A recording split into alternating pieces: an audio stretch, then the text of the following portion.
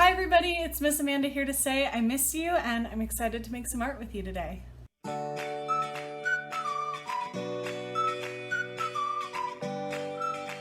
So if you watched our video lesson from last week, Drawing Under the Microscope, you know that we talked a little bit about how art and creating can be a really great way to work through both difficult and positive feelings that you're having. Creating artwork can just be a nice quiet time by yourself to sort of think through and process whatever ideas or feelings you're having bopping around in your head. Alternatively, it can be a time for you to sort of escape and distract yourself by just disappearing into the world that you're creating on your paper and not really thinking about whatever concerns you have. Art can also be a great way for you to express whatever feelings or experiences or thoughts you're having about what's going on at any point in time. So this week I thought it would be cool for us to take a look at some artists who are doing just that. They're creating artwork about what's going on right now that is reflecting on their feelings and experiences. Both feelings and experiences that can be a little bit frustrating and sad, and ones that can be really joyful and happy. So let's take a look at some of those artists right now. A couple weeks back, we talked about essential workers and we learned about the artist Jorge Garza, one of many artists who are creating artwork that celebrates and acknowledges essential workers as the heroes of this pandemic. Artists like Jorge Garza and Jose Camacho are acknowledging how important the work of essential workers is and how in many cases their contributions have been underappreciated in the past. There are lots of other artists making artwork like this right now, including all of you who participated in our Heroes Project. So many artists right now are making work about not just the essential workers topic, but art about all sorts of feelings, both happy and sad, and joyful and frustrated, surrounding this strange time that we're all living in. Some artists are using their work to express fears and concerns, like this illustration by Daniel Diosdado, in which he expresses concern for people who are homeless and other vulnerable populations who don't necessarily have the privilege of sheltering in place safely. Other artists are making art that captures some of the beautiful moments that are coming out of this situation, like how shelter in place and social distancing can bring friends and neighbors closer together in creative and sometimes kind of silly, fun ways. Or how in times of crisis and isolation, it can bring out the kindness in all of us. How difficult times can bring out the very best in people. Some artists are making work that celebrates how creative and caring humans can be in their efforts to connect to each other and the lengths that they'll go to just to cheer each other up a little bit. For example, a lot of artists like Pascal Campion have drawn inspiration from the many videos going around showing Italian communities stepping out onto their balconies to create music together while they're sheltering in place or under lockdown. Other artists like Gada have made work about the quiet, cozy moments of peace that can come from spending time at home, and the love and appreciation we have for the family members that we are now spending so much quality time with, or the love we have for friends that we are social distancing with right now. Who are you partnered with during this time when you're just stuck in your house, and how connected have you felt to them during this time? Lots of artists are using their art to not just encourage people to stay home and be safe, but to also take care of themselves. Being in your house for such a long period of time, especially if you're by yourself, can be really lonely. You can get really antsy. It doesn't always feel good. But this artist is reminding people that they do need to take care of themselves and that this can be an opportunity to explore new things.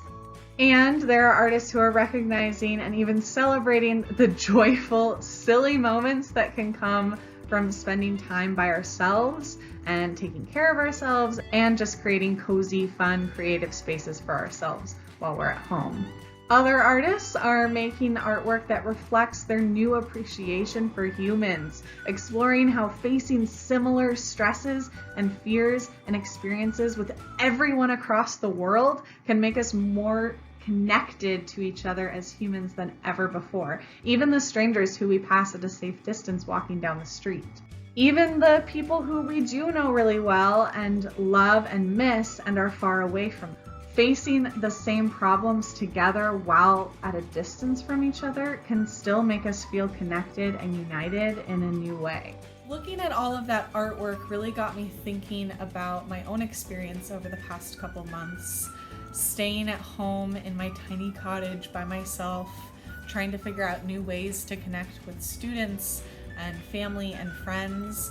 I really started reflecting about the things that have been difficult and the things that have been really great, like having more time to cook, well, actually being forced to cook for myself, having time to go outside during the day and take more movement breaks than I normally would when I'm at school, seeing spring bloom when I'm usually working during the day, having more flexibility with finding time to make artwork for fun for myself. There's lots of wonderful little moments that have come out of this, as hard as it has been. Being inside all the time stinks. Not getting to see my family or hug them stinks. Not getting to hang out with my friends stinks. Not getting to go to my normal places stinks. Not getting to go to school and see my students really stinks. But every time I have a thought like that, I have to remind myself that I'm so very lucky that I get to stay home, that I can continue working at home and have all of the things that I need at home. A lot of people don't have that privilege, and I have to remember that. And on top of that, I have had some great memories and experiences come out of this time. So what I'd like to do for our art project this week is I'd like us to create an image that represents something positive or new or meaningful that has come out of our time being a little bit more isolated than normal during this time that we've been doing shelter in place and that school's been closed. It can be one single memory or experience, something, maybe a really fun day that you had with a sibling or a parent, or just hanging out by yourself in your room, drawing, creating, building. It could be a new part of your routine that you really appreciate. It could be something that was really challenging that you overcame, or that made you appreciate something from your normal life that you had been taking for granted. This project is going to be about reflecting on this time and finding little pockets of joy or pockets of appreciation for our friends, our family, the parts of our life that bring us joy, or the parts of our life that make us think and feel really grateful. Our first step for this project is reflection. So just take a minute to reflect. Think back on the past couple months that we have been away from school and spending more time at home. What are some big moments or memories or feelings that stand out to you? Maybe it is a part of your routine that is new that you really like, that you didn't have time for before. Maybe it is a key memory of a certain activity or day or a certain person. Maybe you've been spending more time with your pets or with a particular family member. Think of something that is like a snapshot of this time, something that you might look back on and remember how things were during this strange time, or something for you to look at in the next few weeks that will kind of remind you to look on the bright side and feel better about what's going on. So I'm going to suggest that you make a list. You don't have to make a list. You might already know, like, oh, I know exactly what it is, but a lot of us might need to do some brainstorming. So you can see my list right over here. I actually made 2 lists, and to help me think about my ideas, I used 2 questions. The first list is, what am I grateful for? That was just the best way for me to help myself look back on all the positives and all of the joyful moments that I've had. I also did, what do I miss? That was a place for me to brainstorm sort of the things that maybe I took for granted or didn't appreciate before we had to stay home that I appreciate so much more now. These two lists are going to help me think about what I want my picture to look like and the feelings that I want my picture to show and the memories I want my picture to show. The second step is to start sketching and brainstorming some of those ideas a little further. So just like with our hero portraits, I'd like you to make a few thumbnail sketches of your ideas. So I looked at my list and I have a lot of different moments and feelings that I could capture. I can choose just one of them to explore with 4 different sketches, 4 different picture ideas. I could combine multiple items from the list into one image that I sketch out. I could do a separate thing from my list for each of my thumbnail sketches. Whatever ideas you want to explore before you do your final project, this is your opportunity. Remember, thumbnail sketches are quick and fast. It's just a time for artists to brainstorm their ideas. For my thumbnail sketches, I chose a few different ideas from my list of things I'm grateful for. My first idea is me sitting with my sketchbook, drawing and enjoying a cup of coffee. Usually I have a really busy schedule and I don't always have time to make art for myself.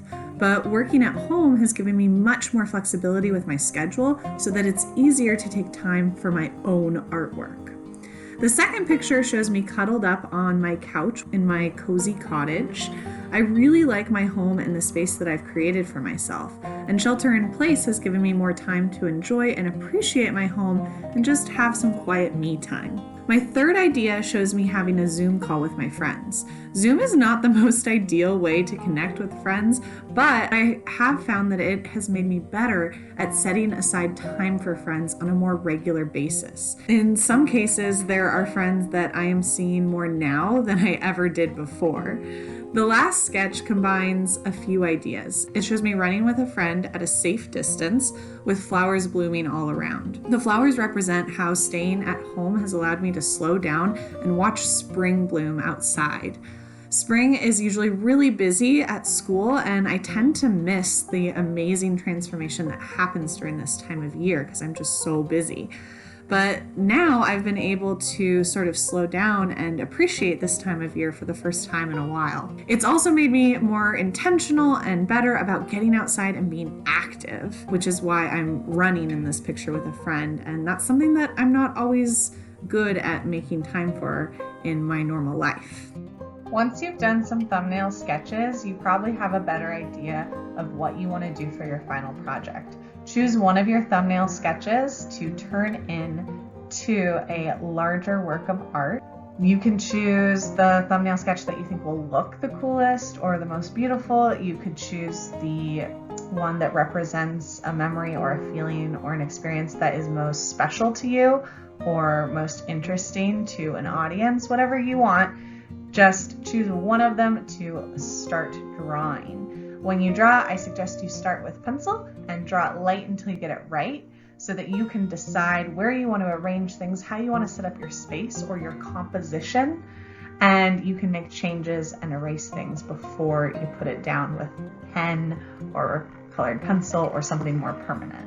For my project, I chose to go with my fourth thumbnail sketch, the image of the 2 women jogging while distancing from each other, encouraging each other with a safe air high five, and with flowers blooming all around. I chose to move forward with this idea because I think it incorporates multiple ideas from my brainstorming list, with the flowers representing an appreciation for spring and the runners showing how this time at home has helped me and my friends support each other in being more active and enjoying outside time. It also feels really positive and lively and joyful, which is the mood that I want to create with this project. You can see that by drawing lightly, I am able to better plan my space and make changes as I go along. Now, my drawing has people in it.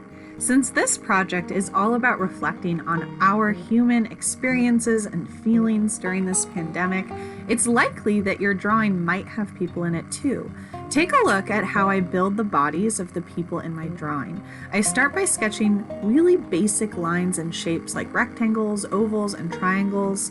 Once the size and angles of these different body parts seem right, then I go back and I draw the shape of the arms and legs and clothing with more detail and accuracy. I usually save the face for last because even though it's quite fun, it's the most detailed. And if I have to move my head for some reason later, I don't want to have to redraw all the details on the face. You can see that I am drawing my flowers really big. In fact, they're almost bigger than the people. That's because I want it to look like these flowers are closer to us. Like the people are sort of far away from us as we look at this picture, and it's almost like we're peering through a window of wildflowers to see these two runners. To make it look like the flowers are closer, I have to draw them starting at the very bottom of my page, growing up from that bottom edge, and I have to draw them really big. That is the key to showing that something is closer in a picture, that it is up front or in the foreground of a drawing. After you have sketched everything out in pencil, it's time to add color. You can use whatever materials you have available to you, whatever materials you think will work best for the image you've created. Remember, whatever materials you use, work slowly and carefully so you can have a nice, neat finished product with beautiful craftsmanship. For my project, I am going to use pen and watercolor. I'm going over each and every pencil line with a fine-tipped pen. I'm using something called an ink liner because it has a super fine tip that's good at making fine lines and details.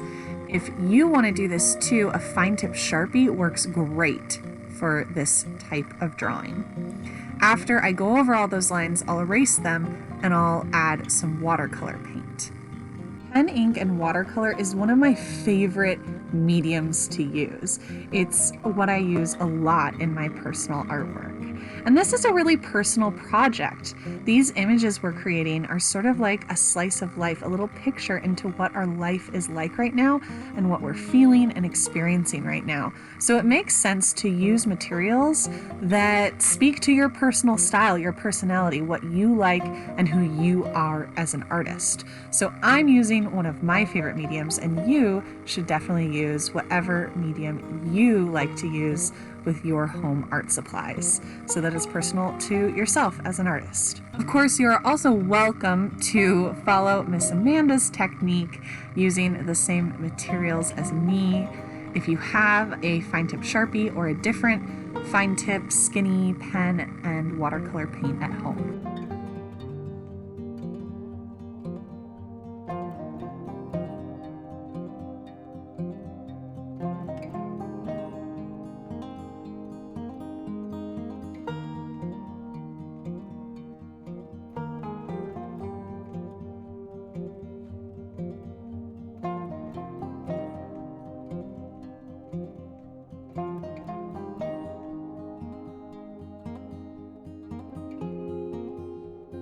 After I finish inking my drawing with my black pen, I'm going to go back and erase all my pencil lines. Then I can start adding watercolor paint. As I do my painting, you will notice that I'm switching back and forth between different brushes. That's because I want to use a small brush for filling in smaller areas. Areas like the face and all of those skin tone parts of my person that I'm doing right now. You want to use a smaller paintbrush for these areas so that you can reach around those tiny spaces and get into the corners and details with your brush. And a big brush is going to be really clumsy trying to do that in a tiny space.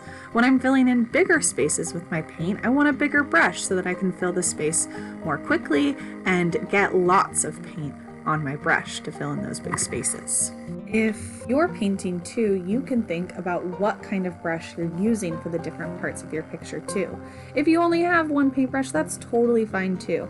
I know that you are a skillful, careful artist and you can make a masterpiece with whatever kind of brush you have. Now, you can probably tell that painting a big detailed picture like this takes a lot of time, and I don't want you to have to watch me do this whole thing. So I'm going to skip ahead a little bit so that you can see what it looks like when I paint some other parts of the picture.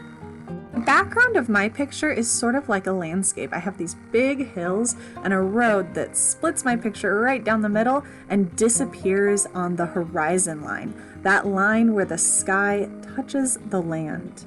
To make this space seem more realistic, to make this landscape seem more realistic, I have the two sides of my road coming together slowly until they meet at a point right below the sun on the horizon line. That makes it look more realistic and like the road is getting smaller as it disappears into the sunset. I'm adding to this effect by making parts of my road and my hills that are in the foreground, in the front, a little bit darker, and then they get lighter and lighter and lighter as they go off to the distance because that's where the sun is. I'm also putting some beams of blue and purple stripes in my sky just to make things a little more exciting and fun and colorful and joyful, just like the colorful, joyful flowers I put in my foreground or the front of my picture.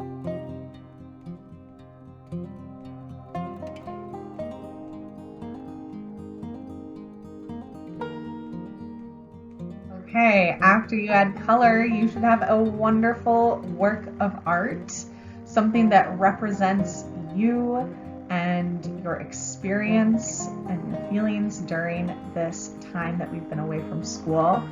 I hope that whatever image you created is something positive or something that makes you feel happy or joyful, or at least just reflective of this very strange time. Creating artwork is a really great way for us to share our feelings and our thoughts and experiences with the people in our lives. And sometimes it's easier to share those things through art than it is through words. It just depends on who you are. But I really look forward to seeing the wonderful artwork you've made and learning a little bit more about you and your experience during this time. I can't wait to see these wonderful works of art, and I hope that you are able to put them on your Artsonia portfolio so that I can leave comments and just enjoy them. If not, be sure to bring your artwork to the next Open Art Studio meeting so that me and your classmates can enjoy them. And yeah, I'm excited to see what you guys make. Have a great week.